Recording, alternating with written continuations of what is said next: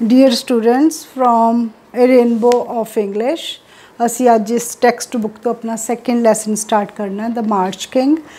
First of all I will tell you about the writer.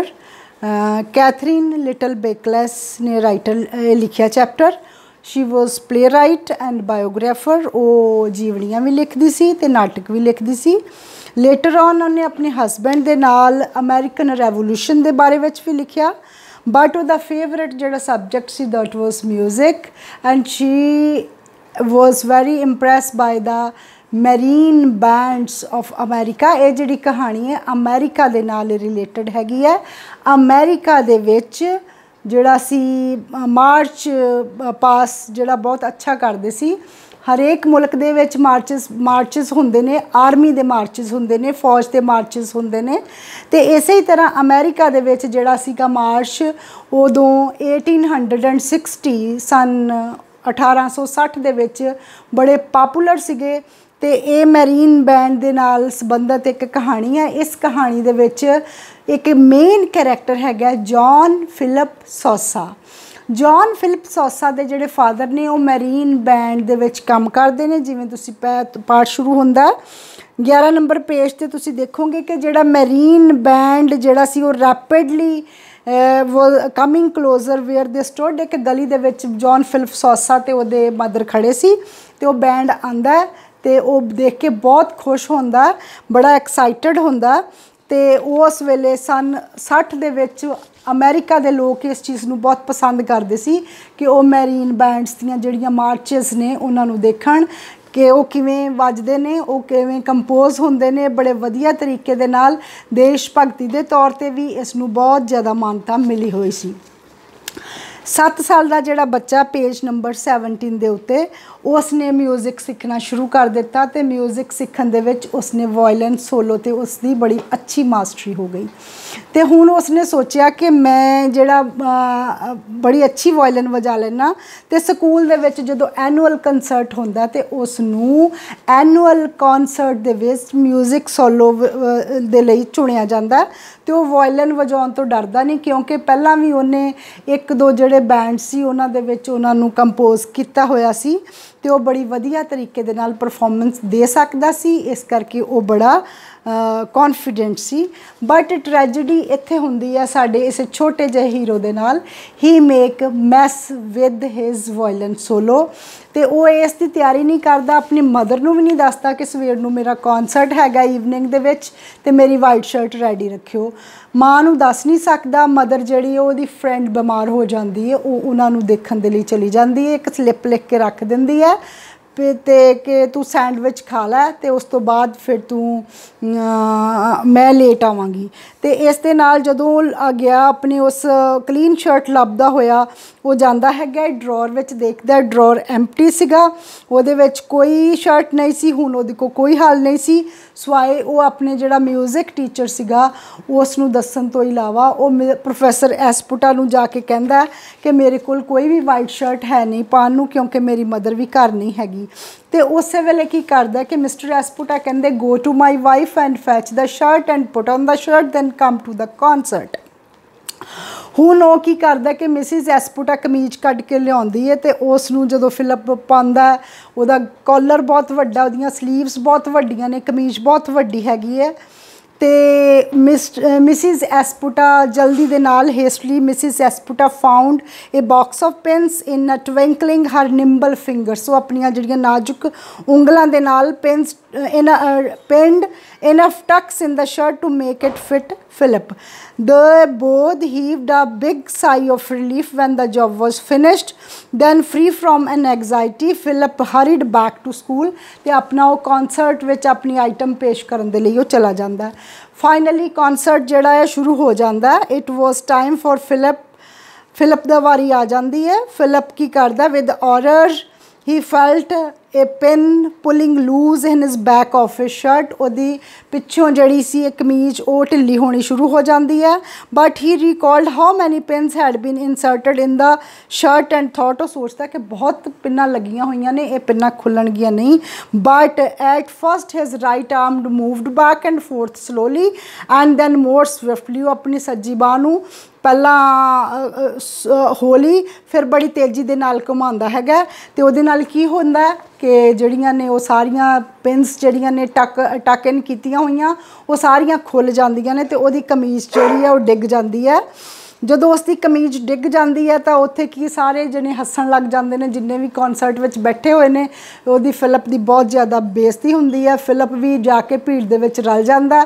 Mister ਰੈਸਪੂਟਾ ਕਹਿੰਦਾ ਕਿ ਤੈਨੂੰ ਕੋਈ ਰਿਫਰੈਸ਼ਮੈਂਟ ਨਹੀਂ ਮਿਲੇਗੀ ਕਿਉਂਕਿ ਤੂੰ ਪ੍ਰੋਗਰਾਮ ਖਰਾਬ ਕਰ ਦਿੱਤਾ, ਤੂੰ ਬੜੀ ਗਲਤੀ ਕੀਤੀ ਹੈ ਤੇ ਉਹ ਆਪਣੀ ਸ਼ਰਟ ਦਾ ਅਰੇਂਜ ਨਹੀਂ ਕੀਤਾ, ਜਿਹੜੀ ਸ਼ਰਟ ਦਾ ਅਰੇਂਜ ਕੀਤਾ ਉਹਦੀਆਂ ਪਿੰਨਾਂ ਖੁੱਲ੍ਹ ਗਈਆਂ ਨੇ।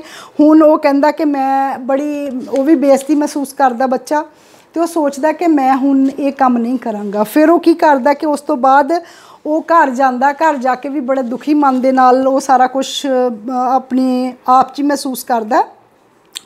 ਹੁਣ ਉਹ ਸੋਚਦਾ ਕਿ ਮੈਂ ਬੇਕਰੀ 'ਤੇ ਕੰਮ ਕਰਾਂਗਾ। ਉਹਦੇ ਫਾਦਰ ਉਹਨੂੰ ਇੱਕ ਬੇਕਰੀ ਜੁਆਇਨ ਕਰ ਦਿੰਦੇ ਨੇ।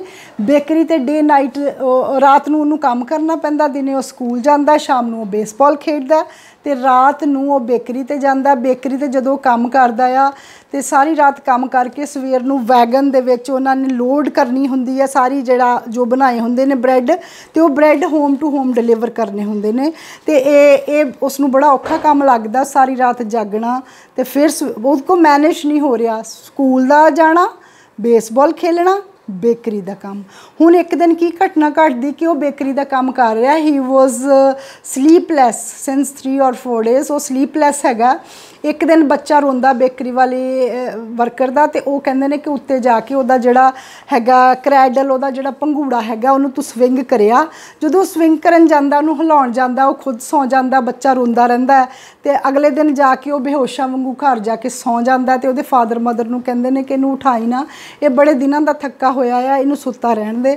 ਤੇ ਹੁਣ ਉਹਦੇ ਫਾਦਰ ਨੇ ਰੀਅਲਾਈਜ਼ ਕਰ ਲਿਆ ਕਿ ਅਲਟੀਮੇਟਲੀ ਬੱਚੇ ਨੂੰ ਰਾਹ ਤਾਂ ਦਿਖਾਉਣਾ ਪਏਗਾ। ਫਿਰ ਉਸ ਤੋਂ ਪਹਿਲਾਂ ਇੱਕ ਘਟਨਾ ਘਟ ਜਾਂਦੀ ਕਿ ਉਹਨੂੰ ਇੱਕ ਸਰਕਸ ਦੇ ਜਿਹੜਾ ਹੈਗਾ ਬੈਂਡ ਵਾਲਾ ਪਰਸਨ ਉਹਨੂੰ ਮਿਲ ਜਾਂਦਾ ਤੇ ਉਹ ਉਹਨੂੰ ਕਹਿੰਦਾ ਕਿ I will pay you handsome and then you will work in a touring circus, ਤੂੰ ਮੇਰੇ ਨਾਲ ਵੱਖਰੇ ਵੱਖਰੇ ਸ਼ਹਿਰ ਵੀ ਦੇਖੇਗਾ, ਘੁੰਮੇਗਾ, ਇੰਜੋਏ ਕਰੇਗਾ। ਉਹਨੂੰ ਐਂਟਰੈਪ ਕਰਦਾ ਆਪਣੀਆਂ ਗੱਲਾਂ ਦੇ ਵਿੱਚ ਕਿ ਤੂੰ ਸਰਕਸ ਜੁਆਇਨ ਕਰ ਲੈ, ਤੂੰ ਬੜਾ ਅੱਛਾ ਹੈਗਾ ਜਾਂ ਬਹੁਤ ਅੱਛਾ ਬੈਂਡ ਵਜਾਉਣਾ ਹੈਗਾ। ਤੇ ਉਹ ਮੰਨ ਜਾਂਦਾ ਤੇ ਸੋਚਦਾ ਕਿ ਮੇਰੇ ਮਦਰ ਫਾਦਰ ਨੇ ਨਹੀਂ ਮੰਨਣਾ। ਉਹ ਕਹਿੰਦਾ ਉਹਨਾਂ ਨੂੰ ਲੈਟਰ ਲਿਖ ਦੇ, ਚੋਰੀ ਚੋਰੀ ਮੇਰੇ ਨਾਲ ਚੱਲ ਜਾ।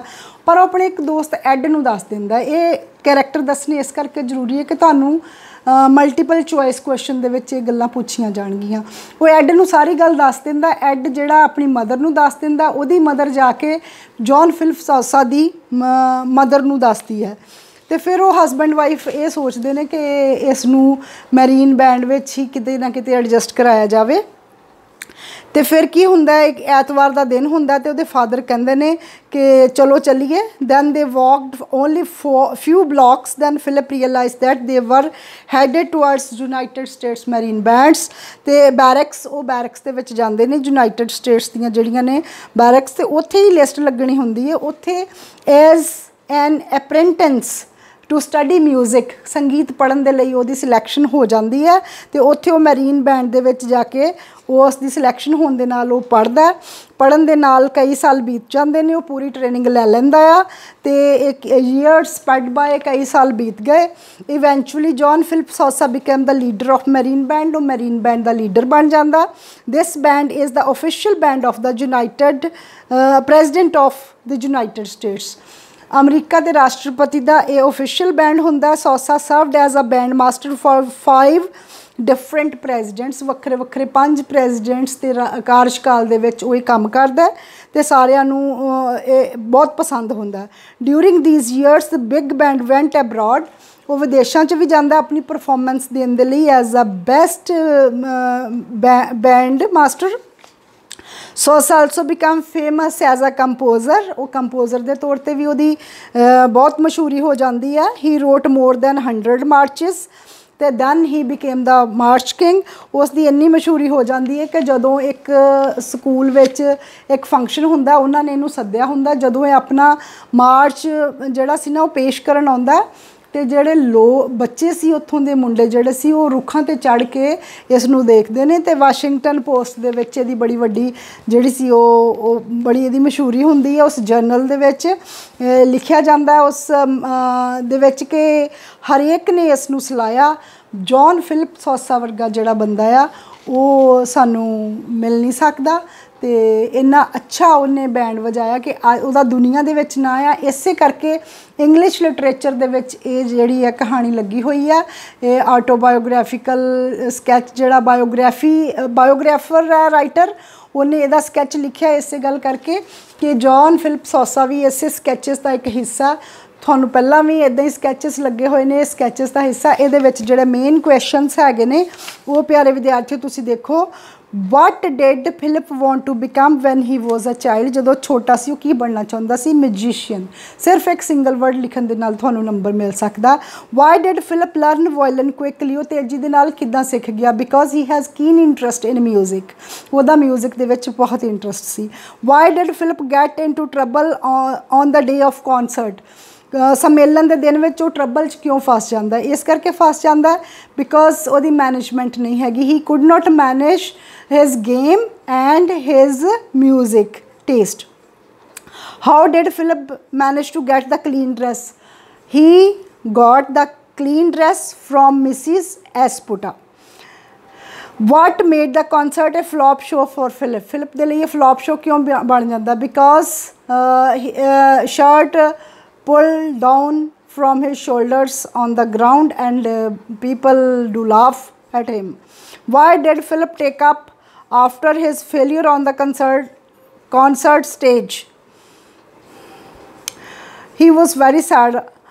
Why could not Philip work at bakery? Because the work for bakery was not a easy job. It was very hard. He has the sleepless nights. Why did Philip's father take him for a walk? To make him a trainee in marine bands. How was Philip lured to work in circus? He was lured by the circus bandmaster. How was Philip's success as a leader of marine band? It was very good glory of his life that he became the March King. Thank you very much. And now you have to you can make the character sketch of John Philip Sousa.